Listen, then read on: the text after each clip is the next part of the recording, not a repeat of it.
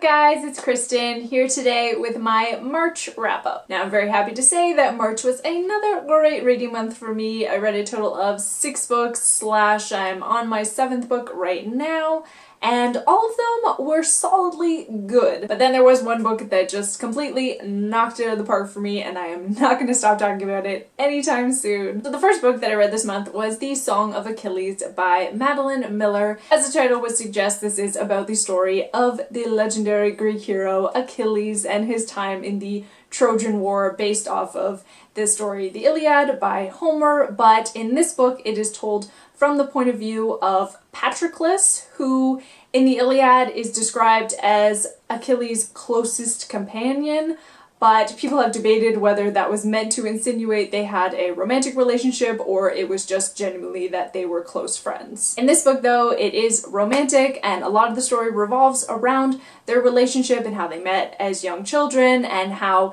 that relationship blossomed and how they supported each other through the years-long Trojan War. I really liked Madeline Miller's writing style, but I especially appreciated how she realistically depicted warfare in the book. It is not portrayed as something epic or glorious. It is blood and gore and death and raping and pillaging, and most people die from disease or famine, which is exactly what war is. The thing that kept me though from completely falling in love with Song of Achilles is the fact that even though I haven't read the Iliad, I've seen the movie Troy more times than I can count, and I think most people know the story of Achilles, so I knew everything that was going to happen and how it was going to end. So anytime there was a foreshadowing, it felt a little bit heavy-handed, and I was kind of just like, okay, I see what you're doing, I see what you're getting at. Overall though, I did really enjoy the book, and I got much more emotional about it than I expected. I love anything to do with ancient Greece, and also having two main characters who are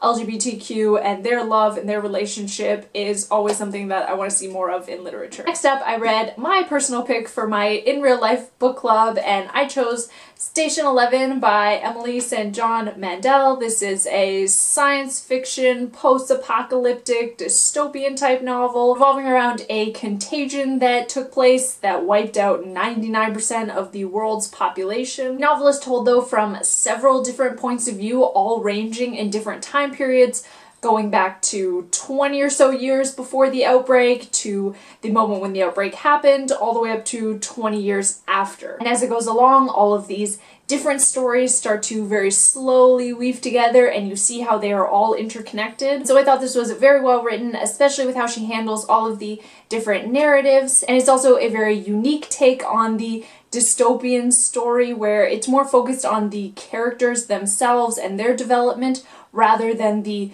big overarching dilemmas or problems. But something about the story just didn't quite hit home for me, and I'm not usually this wishy-washy about my reviews, but I'm not sure why I couldn't completely connect with the characters and fall in love with the book. That being said though, I still think it was a good book, and I think a lot of people would enjoy it. It's just kind of a case of it's not you, it's me. So then I picked up Yeonmi Park's memoir, In Order to Live, a North Korean girl's journey to freedom. This is all about her life growing up in North Korea and of course her eventual escape to South Korea, but the one thing that she had never talked about previously was that in between that time, she spent 2 years in China, and she actually fell into the hands of human traffickers. And this is the book that, as I mentioned in the beginning, that I just absolutely fell in love with. It hit me so hard.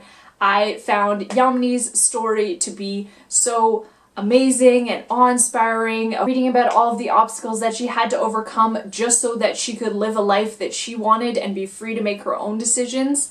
And I know fiction is great, of course, I read it all the time, but I also think that nonfiction is very important because there are so many stories like Yeonmi's that just need to be heard, and there are still millions of other people all around the world suffering under the hands of the North Korean government and human traffickers. So I cannot recommend this book enough. It's now going to be my go-to book that I'm just going to encourage everyone to read. I don't think I will ever forget her story, and again though, I have a full in-depth review that I will link below. Then for my mystery / thriller read, I picked up You by Caroline Kepnes.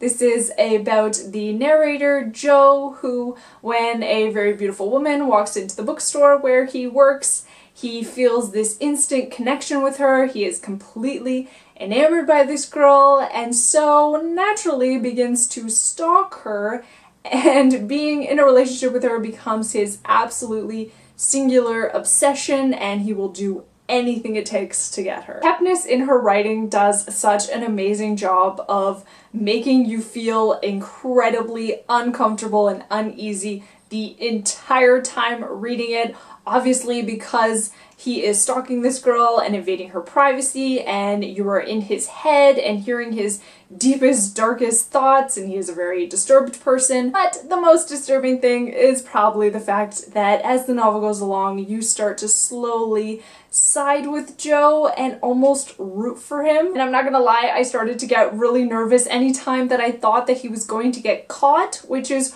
wrong on so many different levels, but any book that can make you question your own thoughts and reactions to a situation that you would normally think of in a different light is pretty amazing. My biggest criticism though is the fact that it felt too long to me. My edition comes in at almost 420 pages, and so there were a lot of points when it started to feel repetitive, but overall it was a very fast-paced, addictive read where you felt like you just had to keep turning to the next page to find out what was going to happen. And I also have a full review of this that I will link down below. Then I picked up Chasing Vermeer by Balliett. This is a middle grade novel, and it centers around a mystery about a Vermeer painting that has been stolen, and the two child protagonists, Caldra and Petra, are kind of little mini detectives on the case, and it's kind of like a children's version of the Da Vinci Code. And it was just a lot of fun to read, though in the same vein as Lemony Snicket, the writing is very sophisticated, and it's a book that can be enjoyed by children and adults. And I really appreciate that the two main characters mention their background. Petra talks about her family being from North Africa and the Middle East, and Calder talks about his Indian heritage. So it's very nice to see this kind of diversity, especially in a children's book that is reflective of our society today. And lastly, I picked up the classic Rebecca by Daphne du Maurier. This is a very gothic tale told from the perspective of this narrator who all we know about her is that she is a young woman. We never learn her name or her age, and she meets and falls in love with a much older, wealthier man, and he takes her back to his very large estate in England called Manderley. And she is very happy and she thinks everything's going to be great, but then when they get to Manderley, she is just constantly haunted by the memory of his first wife who tragically died, and her name was Rebecca. And Rebecca just seemed to be absolutely perfect in every way, so the narrator feels like she can never live up to her or compete with her, and there is just not an inch of that house that is not a memory of her. And I'm sure most people know the very famous first line, "Last night I dreamt I went to Manderley again," and I thought that was just such an amazing foreshadowing element, because you know right from the beginning that something bad happened and there's a reason why they're not there anymore, you're just not sure why, and so then the story goes kind of in reverse and you have to connect the dots. Though I can't lie, I didn't completely fall in love with Rebecca the way that I thought I would, and again, I can't exactly put my finger on what wasn't connecting with me. But then I definitely loved the last third of the book, and it took a turn that I did not expect or see coming, and at that point I could not put it down. I also really wanted to learn more about du Maurier herself and her inspirations. There are obvious parallels to Jane Eyre, but I learned that she also based it partly on her experiences in her own marriage, and I think this is a book that's really gonna